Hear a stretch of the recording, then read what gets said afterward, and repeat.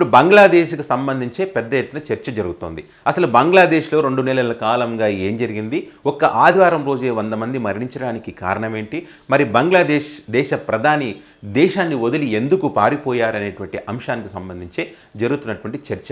అసలు ఏం జరిగింది అనేటువంటి విషయాలు కనుక మనం చూస్తే 1971కి ముందు బంగ్లాదేశ్ పాకిస్తాన్లో భాగంగా ఉండేది. అప్పుడు ఈస్ట్ పాకిస్తాన్, వెస్ట్ పాకిస్తాన్గా ఉండేటువంటి పరిస్థితుల్లో ఏదైతే ఇప్పుడు బంగ్లాదేశ్ ఏదైతే ఉందో అది ఈస్ట్ పాకిస్తాన్, ఇప్పుడు ఉన్నటువంటి పాకిస్తాన్ ఏమో వెస్ట్ పాకిస్తాన్గా ఉండేది. అయితే ఇప్పుడు ఉన్నటువంటి పాకిస్తాన్ పెత్తనమే ఎక్కువగా ఉండేది ఏ విషయంలోనైనా సరే, అన్ని విషయాల్లో. మరి సాంస్కృతికంగా కూడా, మరి భాషాపరంగా కూడా అనేక ఇబ్బందులు ఉండేవి. ఈ క్రమంలో మరి వీరి పెత్తనం ఎక్కువైపోయినటువంటి క్రమంలో ఇప్పుడు ఉన్నటువంటి బంగ్లాదేశ్ వీళ్ళంతా కూడా, బంగ్లాదేశ్ ప్రజలు కూడా చాలా ఇబ్బందులు పడ్డారు. ఇలాంటి సందర్భాల్లో మరి మాకు విముక్తి కావాలి అని చెప్పి వాళ్ళు ఒక యుద్ధాన్నే చేశారు. మాకు విముక్తి కావాలని చెప్పి మరి ఒక గ్రూప్ను ఏర్పాటు చేసుకొని యుద్ధం చేయడం మొదలుపెట్టారు. ఆ యుద్ధానికి, ఆ గ్రూప్ను ఏర్పాటు చేయడానికి ముఖ్య వ్యక్తి ఎవరు అంటే కనుక ఇప్పుడు బంగ్లాదేశ్ జాతిపితగా పిలువబడుతున్నటువంటి షేక్ ముజబిర్ రహమాన్. ఈయన ఒక గ్రూప్ను ఏర్పాటు చేసి దాని ద్వారా ఒక ఉద్యమాన్ని చేసి, ఆ ఉద్యమం ద్వారా మరి బంగ్లాదేశ్ని ప్రత్యేక దేశంగా సాధించుకోవడంలో ఆయన సక్సెస్ అయ్యారు. సో ఆ క్రమంలో, ఆ ఉద్యమం చేసినటువంటి క్రమంలో అనేక మంది ప్రాణాలు కోల్పోయారు. ఆ ప్రాణాలు కోల్పోయినటువంటి వారికి మరి రిజర్వేషన్లో భాగంగా వారికి మేలు జరగాలనే విధంగా మరి షేక్ ముజబిర్ రెహమాన్ ఆ పార్టీ ఏదైతే వాళ్ళు అవామీ లీగ్ పార్టీ ఏర్పాటు చేశారో, ఆ పార్టీ ఏర్పాటు అయిన తర్వాత అంటే 1972 తర్వాత వీరందరికీ 30% రిజర్వేషన్లు కల్పిస్తూ ఒక నిర్ణయం తీసుకున్నారు. సో ఆ నిర్ణయం కరెక్ట్ కాదు. ఇది ఏదైనా రిజర్వేషన్లు ఉంటే కనుక అది మెరిట్ ఆధారంగానే ఉండాలి, కానీ ఈ రకంగా ఉండకూడదు అని చెప్పి మరి బంగ్లాదేశ్లో ఉద్యమాలు జరగడానికి కారణమైంది. గత 2 నెలల కాలంలో అనేక ఉద్యమాలు చేసినటువంటి పరిస్థితుల్లో ఉద్యమకారులు కానీ, విద్యార్థులు కానీ ఏమంటున్నారంటే అక్కడ ఈ 30% రిజర్వేషన్లకు ఇప్పుడున్నటువంటి షేక్ హసీనా ప్రధాని ఎవరైతున్నారో ఆమె మద్దతు పలకడానికి ప్రధాన కారణం ఈ ఎవరైతే బంగ్లాదేశ్ జాతిపిత అని పిలువబడుతున్నటువంటి మరి షేక్ ముజబిర్ రెహమాన్ ఎవరుతున్నారో ఆయన కూతురే ఈ షేక్ హసీనా. కాబట్టి ఆ రకంగా ఆమె మద్దతు పలుకుతూ ఉన్నారు, వాటికి సపోర్ట్ చేస్తూ ఉన్నారు. కానీ ఇది కరెక్ట్ కాదు, మెరిట్ ఆధారంగానే రిజర్వేషన్లు ఉండాలని చెప్పి వాళ్ళు చెప్పినటువంటి క్రమంలో 2018లో మరి ఈ రిజర్వేషన్లు రద్దు చేస్తూ హసీనా ప్రభుత్వం నిర్ణయం తీసుకుంది. ఆ తర్వాత కొంతమంది హైకోర్టుకు వెళ్ళారు. హైకోర్టుకు వెళ్ళిన తర్వాత ఆ హైకోర్టు ఇచ్చినటువంటి తీర్పుకు సంబంధించి కూడా చాలామంది మళ్ళీ సుప్రీంకోర్టు న్యాయస్థానానికి వెళ్ళారు.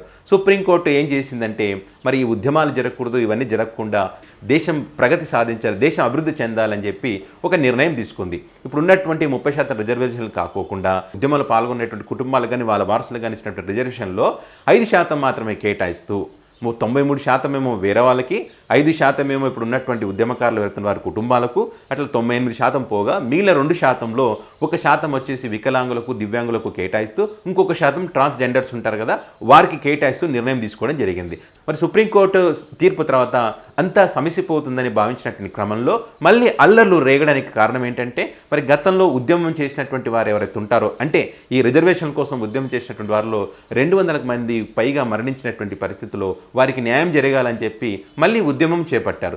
ఈ ఉద్యమం చేపడుతున్నటువంటి క్రమంలో మరి దేశ ప్రధానిగా ఉన్నటువంటి హసీనా మరి వారి ఉద్యమాలకు సంబంధించి కానీ, ఈ రిజర్వేషన్లకు సంబంధించి కానీ ఆమె చేసినటువంటి వ్యాఖ్యలే మళ్ళీ ఇంత పెద్ద ఎత్తున ఉద్యమం కావడానికి కారణాలయ్యాయి. ఈ ఉద్యమం చేసినటువంటి వారు పనిపాట లేక చేసినటువంటి ఉద్యమం అని చెప్పి వాళ్ళని చిన్న చూపు చూస్తూ, అదేవిధంగా ఈ ఉద్యమం చేసిన వారంతా కూడా టెర్రరిస్టులు అని చెప్పి ఆమె చెప్పినటువంటి క్రమంలో మరి వాళ్ళంతా కూడా ఈ మమ్మల్ని అవమానిస్తారా, మమ్మల్ని క్షమాపణ చెప్పాలని వీళ్ళు చెప్పినటువంటి తరుణంలో మరి ఈమె క్షమాపణ చెప్పకపోవడం, పైగా ఈ అవామీ లీగ్ పార్టీకి చెందినటువంటి ఎవరైతే ఉంటారో వీరంతా కూడా షేక్ హసీనాకు మద్దతు తెలుపుతూ మరి వారిని తీవ్రంగా వ్యతిరేకించడం, కీలక వ్యాఖ్యలు, వీళ్ళు కూడా వివాదాస్పద వ్యాఖ్యలు చేసినటువంటి క్రమంలో మరి అక్కడ ఉద్యమకారులకు, ఇటు అవామీ లీగ్ పార్టీకి సంబంధించిన వీరికి ఘర్షణ పెరగడం, ఇది పెద్ద ఎత్తున ఒక ఢాకాలో మొదలైనటువంటి, ఒక యూనివర్సిటీలో మొదలైనటువంటి ఈ ఉద్యమం తీవ్రంగా అంటే దేశం మొత్తం కూడా వ్యాపించేటువంటి పరిస్థితులకు కారణాలయ్యాయి. అందులో భాగంగానే పార్లమెంటు పైన దాడి చేశారు, అవామీ లీగ్ పార్టీ ఆఫీసులు ఉంటే ఆ పార్టీల మీద దాడులు చేశారు,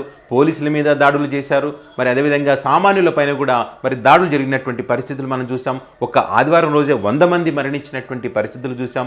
ఈ కమ్యూనికేషన్ అనేది కూడా లేకుండా పోయింది, ఇంటర్నెట్ సేవలను కూడా ఆగిపోయినటువంటి పరిస్థితి ఉంది. సో మొత్తానికైతే వీటన్నిటికీ కారణం ఈమె చేసినటువంటి వ్యాఖ్యలే ప్రధాన కారణంగా కనిపిస్తూ ఉంది. దేశ ప్రధాని కనుక వారికి నచ్చజెప్పి ఉంటే, ఒక మెసేజ్ కనుక వాళ్ళకి ఇచ్చి ఉంటే ఈ ఉద్యమం ఎక్కడో చోట ఆగిపోయి ఉండేది.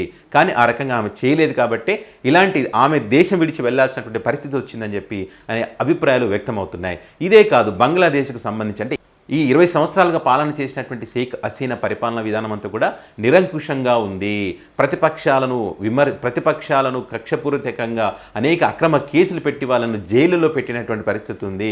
మొన్న జనవరిలో జరిగినటువంటి ఎన్నికల్లో కూడా పెద్ద ఎత్తున రిగ్గింగులు చేసి ఆమె మళ్ళీ గెలిచినటువంటి పరిస్థితి అని చెప్పి దేశవ్యాప్తంగా ప్రపంచవ్యాప్తంగా కూడా దీనికి సంబంధించి చర్చ జరిగిందనే అభిప్రాయాలు కూడా ఇప్పుడు వ్యక్తమవుతున్నాయి. ఎంతటి వ్యక్తులైనా, ఎన్ని సంవత్సరాల రాజకీయ అనుభవం ఉన్నా ఎవరైనా సరే ఇలా ప్రజలను వ్యతిరేకించి ప్రజలను చిన్న చూపు చూసి ఈ రకంగా మాట్లాడితే గనక ఇలాంటి పరిస్థితులే వస్తాయి అనడానికి షేక్ హసీనా ఒక ఎగ్జాంపుల్ అని కూడా చాలామంది అభిప్రాయాలు వ్యక్తం చేస్తున్నటువంటి పరిస్థితి ఉంది. ప్రస్తుతానికైతే మరి బంగ్లాదేశ్ ఆర్మీ ఆధీనంలో ఉంది. మరి అంతా సద్దుమణిగేటువంటి అవకాశం ఆగస్టు 7వ తారీఖు సుప్రీంకోర్టు తీర్పు కూడా వెలువరించేటువంటి అవకాశం ఉంది ఈ అంశానికి సంబంధించి, రిజర్వేషన్లకు సంబంధించి. సో మరి సుప్రీంకోర్టు ఏమని తీర్పునిస్తుంది, తర్వాత జరిగేటువంటి పరిణామాలు ఏంటి, మరి నెక్స్ట్ దేశ ప్రధానిగా ఎవరుంటారనే దానికి సంబంధించి కూడా చర్చ జరుగుతోంది.